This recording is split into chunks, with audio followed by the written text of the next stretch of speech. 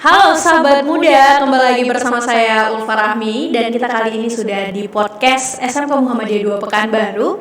Tentunya kita akan membahas mengenai tentang siswa-siswa muda di generasi Z dengan dulu begitu. Saya tidak sendirian, saya sudah bersama Bapak Paiman Sanen, SAG MPDI.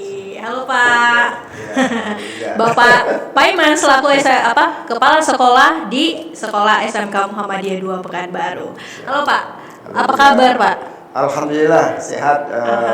Ini Bu Ulfa, alhamdulillah hari ini luar biasa. Luar biasa ya Pak ya, semangat ya. Kita harus semangat karena hari Senin begitu. Siap, ya hari Senin. Oke. Hari pertama masuk kan di pekan ini. Hari pertama masuk harus semangat begitu ya Pak. Dan sebelum saya masuk ke pembahasan nih Pak, saya mau membahas mengenai sekolah kita ini semakin tahun semakin hari semakin maju begitu ya Pak. Apalagi saya sebagai alumni di sini, saya sudah melihat 5 tahun yang lalu itu banyak perubahannya begitu Pak. Kayak dari fasilitas memang, tapi dari dulu fasilitas juga udah bagus begitu. Namun sekarang apalagi jurusan DKV sudah semakin maju begitu Pak ya. Itu dan kita juga udah mau masuk ke Go to Asia Pak. Itu Go Asia itu apa sih Pak, biar anak-anak tahu dan penonton juga tahu begitu. Baik, terima kasih Bu Ulfa. Dan bangga juga nih ada alumni yang bisa eksis dan alhamdulillah bergabung di alma maternya, dan mudah-mudahan ini menambah semangat SMK ini menjadi lebih maju. Seperti itu. Ini menyangkut tadi mengapa kita ada tagline-nya itu SMK Gusto Asia. Karena begini, SMK Muhammadiyah 2 ini dari dulu memang sudah salah satu SMK yang sangat diperhitungkan di Provinsi Riau. Di Provinsi Riau. Tidak di Pekanbaru tapi di Provinsi Riau. Karena kita berdiri sejak tahun 1984. Lama sekali ya Pak ya. Sampai sekarang usianya sudah bukan baru kemarin ya. Iya. Dan pengalaman sudah luar biasa. Alhamdulillah prestasi-prestasi yang kita capai sampai setakat ini juga luar biasa. Kita dipercaya oleh pemerintah sebagai pelaksana program pusat keunggulan. Alhamdulillah sejak tahun 2021 kemarin kita ditetapkan oleh Dirjen Vokasi sebagai SMK pusat keunggulan. Dan kemudian di 2022 kita naik satu level lagi, tidak hanya SMK pusat keunggulan tapi juga SMK pusat keunggulan dengan skema pemadanan. Ini skema pemadanan industri. Artinya ada industri yang backup kita untuk jurusan-jurusan yang ada di sekolah kita. Walaupun alhamdulillah pemerintah menetapkan jurusan multimedia ya. Kemarin kita kan ini jurusan multimedia nih. Multimedia kemudian karya regulasi maka berubah menjadi desain komunikasi visual. Alhamdulillah ditetapkan sebagai program keahlian yang secara spesifik dibantu dengan program itu. Akan tetapi bantuan ini juga merata kepada seluruh program keahlian yang ada. Nah, dengan skema pemadanan ini sekarang ini kalau hanya SMK pusat keunggulan udah banyak ini. Karena itu kita berpikir apa yang lebih dari kita ya. Makanya kita memakai sekarang istilahnya kita berikan sebuah motivasi yang luar biasa dengan sebutan SMK Muda atau SMK Muhammadiyah 2 Gusto Asia. Apakah ini hanya slogan? Tidak. Kita sudah memulai itu.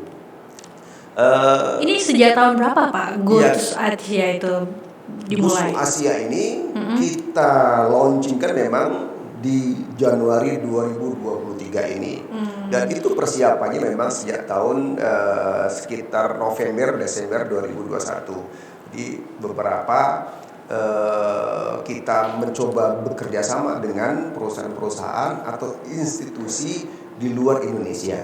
Ya, dengan Malaysia misalkan kita sudah bekerjasama dengan dua sekolah yaitu Sultan Ismail, SMK Sultan Ismail di Malaysia, kemudian Al-Amin Islamic Secondary School juga di Malaysia, kemudian di Singapura Kemarin kita juga sudah ke sana, kita sudah melaksanakan MOU juga dengan Nanyang. Nanyang Singapura, artinya kalau kita sekarang ini butuh kita inginkan memang kemarin itu academic cooperation ya, kita kerjasama tentang akademik.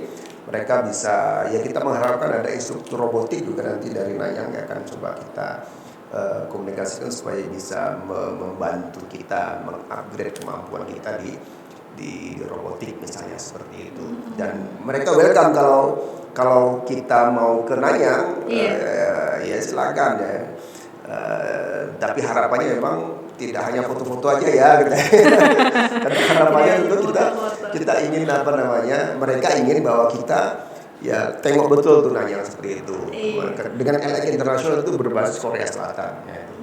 Itu sudah kita jajaki, malah kita sudah punya kelas industri ya digital talent itu yang alhamdulillah mudah-mudahan ini juga menjadi sebuah cita-cita bahwa kelak di SMK Muhammadiyah 2 ini kuliahnya tidak hanya sekitaran Pekanbaru gitu ya. Tidak hanya sekitar ya Padang, Medan, Pekanbaru, tapi juga ada ke Malaysia, ada ke Singapura. Sudah ke luar negeri ya, Pak ya. Dan insya Allah pekan depan ini kita akan mengundang salah satu perguruan tinggi dari luar negeri untuk ya bisa kerjasama dengan kita, dan kalaupun tidak ada beasiswa maka biayanya sama dengan kuliah di Pekanbaru. Insya Allah hari Jumat depannya.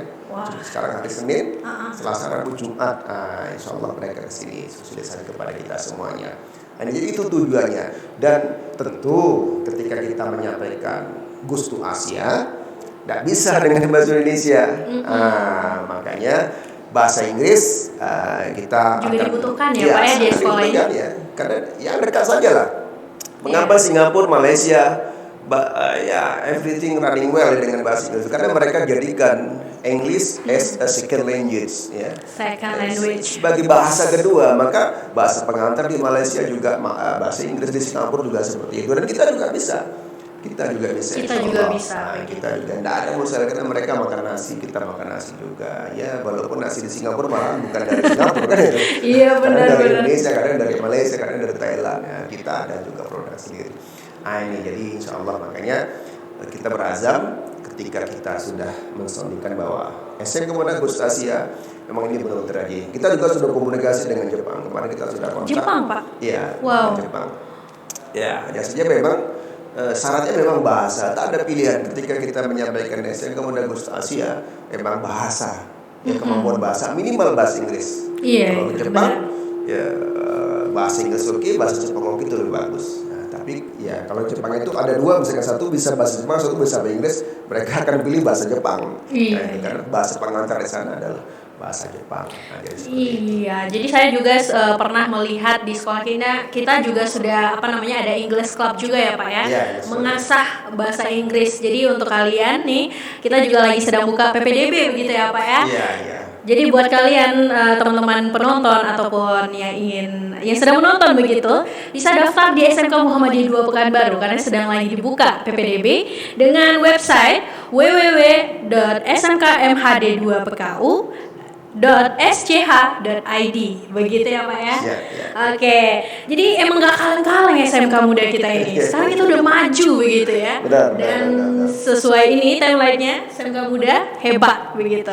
Oke, kita masuk ke dalam Pak, mengenai visi misi Pak. Sekolah kita ini masih yang lama tuh udah berganti. Iya, begini. Jadi ketika kita sudah ditetapkan oleh pemerintah menjadi SMK Pusat Keunggulan, sebenarnya visi kita ketika kita sudah mengatakan Gustu Asia, itu sebenarnya menjadi visi kita ke depan bahwa SMK muda tidak bicara lokal. Itu akan tetapi dia sudah thinkingnya global kita. Jadi kalau sederhana saja menjadikan SMK Muhammadiyah 2 menjadi SMK Center of Excellence di Asia, itu saja sebenarnya. Ya, tapi ini kan visi itu kan jangka panjang kita. Panjang kita seperti itu. Itu saja, dan kemudian tentu tanpa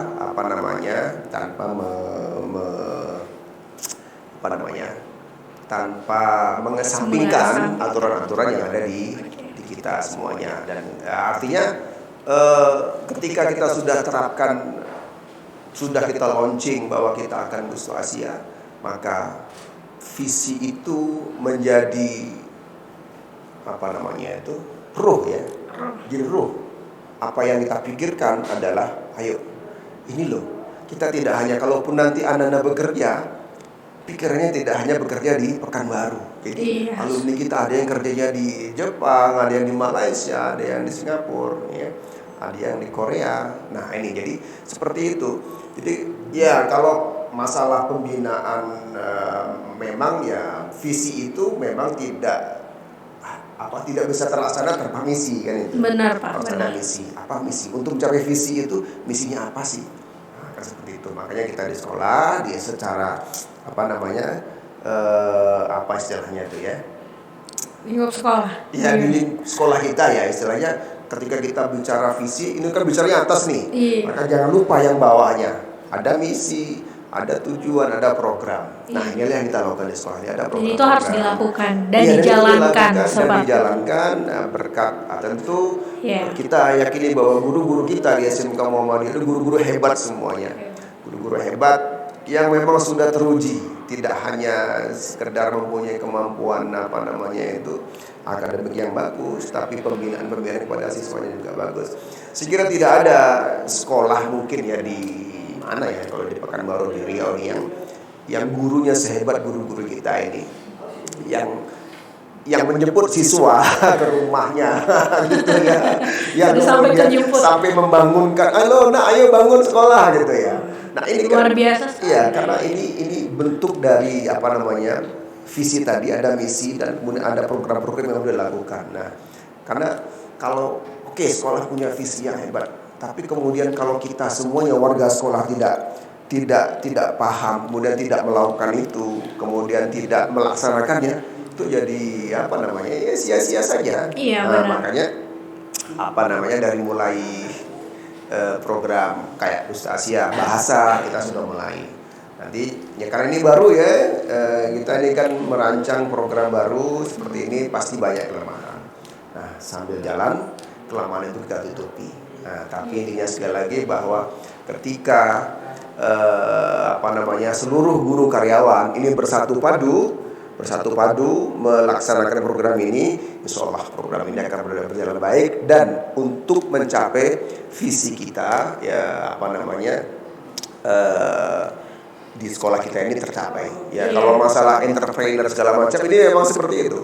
Apalagi ada program BMW misalkan. Jadi visi kita juga mencakup BMW. Anak kita bisa bekerja, melanjutkan dan wirausaha. Itu sudah include dengan proses tadi itu. Ya makanya banyak alumni kita ini bahkan belum alumni ya tadi sudah ada karir, tiga orang yang saya ambil saja HP-nya itu, kemudian saya tanya-tanya itu, ini tadi lagi ngapain?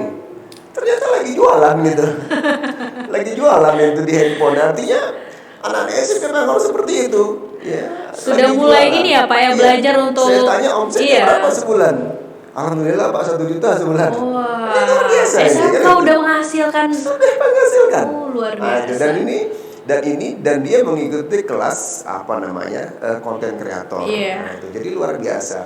Tadi juga yang saya panggil di lapangan tadi si Anggun itu juga luar biasa sudah menghasilkan melalui TikTok. Nah, jadi TikTok itu bukan sekedar joget-joget ya Pak ya. Joget-joget, bukan itu. Alay-alay gitu. Iya, bikin konten yang vibe-nya positif dan bisa menghasilkan, jangan rugi. Dan itu luar biasa. Iya, benar-benar luar biasa Pak. Karena memang SMK kejuruan itu harus langsung dipraktekin jika perlu kan ya Pak ya.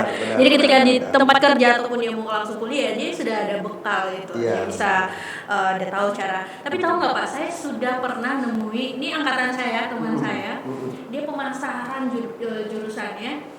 Saya nggak tahu Pak, saya nggak tahu dia itu dia langsung kuliah atau bagaimana. Tapi kemarin saya ketemu di Insyira Pak. Oh Insyira ya. Nah, toko oleh-oleh Pekanbaru, ternyata dia sudah buka usaha. Masya Allah. Saya ketemu dia dan dia sudah omsetnya sampai puluhan juta. Masya Allah.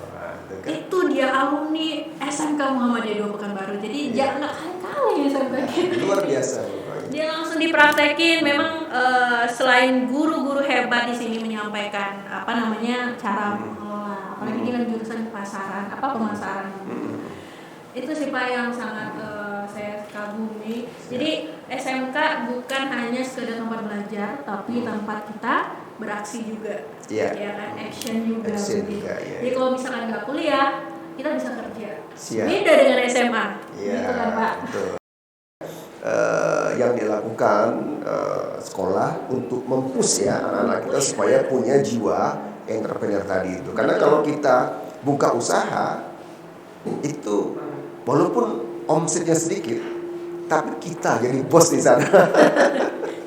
Iya benar. Kita bosnya di sana. Benar sekali.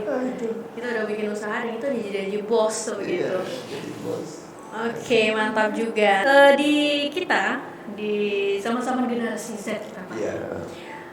Di luar itu semua pasti ada kekurangan dan kelebihan dari ini. Apalagi anak SMK, SMP, SMK itu dimulai dari masa-masa ABG, baru mulai dia mencari jati diri begitu Pak.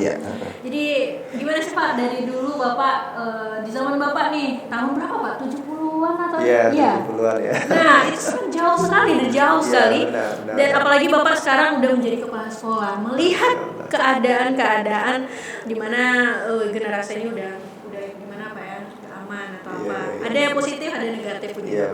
Apa yang membedakan hal itu kalau menurut Bapak? Iya, ini kalau saya boleh bilang ini ada masa kolonial. Masa kolonial, benar. Masa kolonial, ada masa milenial, bahkan tidak milenial, sekarang udah generasi Z ya. Ketika karena kita semua pasti mengalami masa itu ya, ada masa remaja, SMP, SMA dan segala macamnya. Dulu ketika Bapak masih muda lah ya, mungkin SMP segala macam ya, namanya waktu itu kalau kita lihat kondisi kita di kampung, jangankan handphone seperti ini aja ya. Iya. Nengok TV saja itu tidak semua rumah punya TV itu, kadang di balai desa.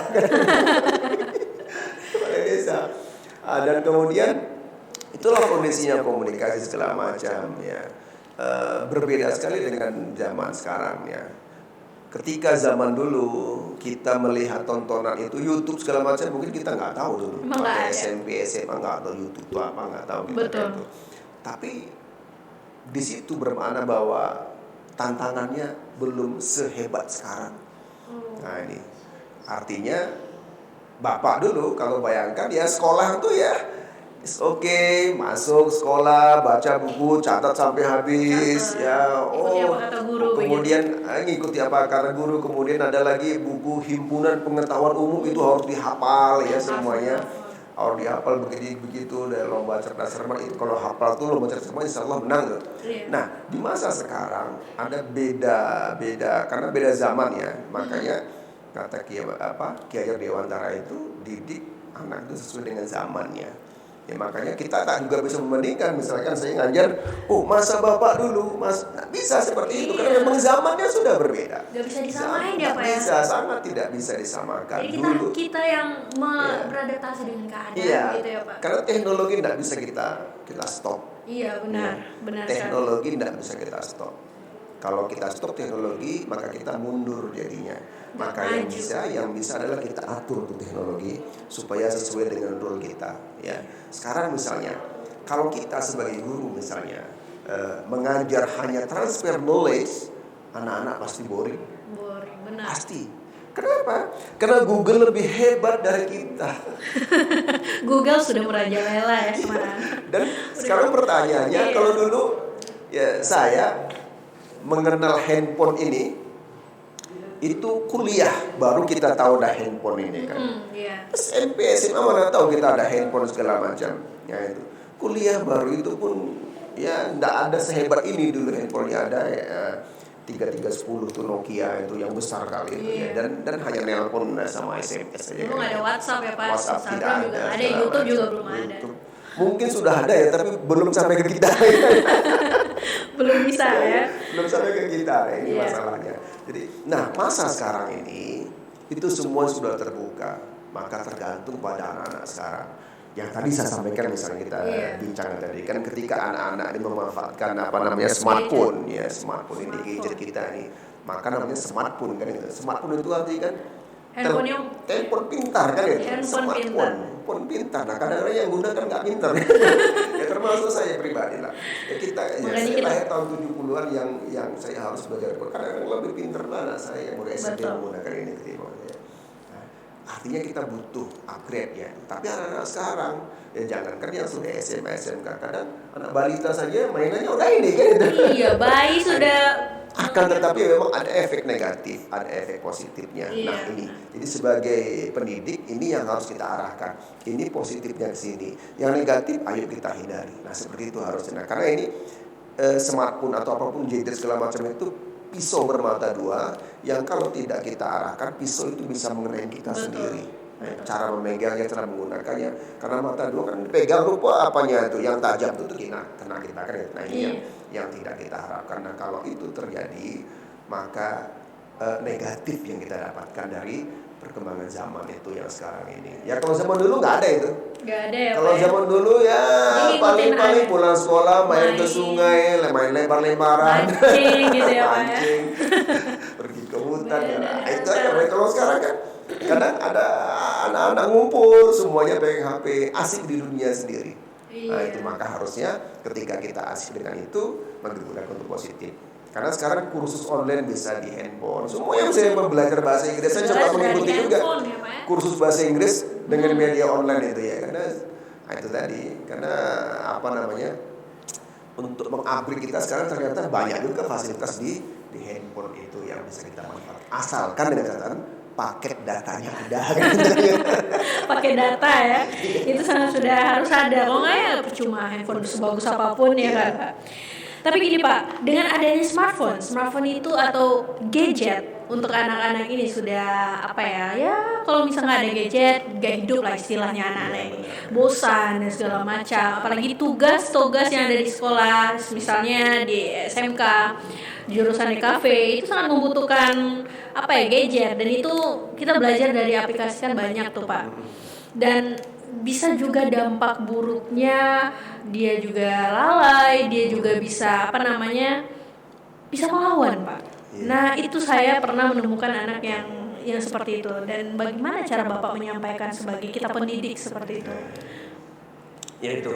Jadi ketika kita berbicara pemakaian smartphone atau gadget itu, memang ini dunianya sekarang ini memang tak bisa lepas dari itu. Maka dalam skop kecil ya, khusus di sekolah misalnya, maka kita memang harus bisa menyampaikan ke anak-anak kita ini, terutama tentu Bapak Ibu guru dalam proses belajar mengajar, maka dibutuhkan pemahaman bersama bahwa gadget ini, smartphone ini memang tadi saya sampaikan ada pisau bermata dua yang bisa bermanfaat dan tidak bisa bermanfaat.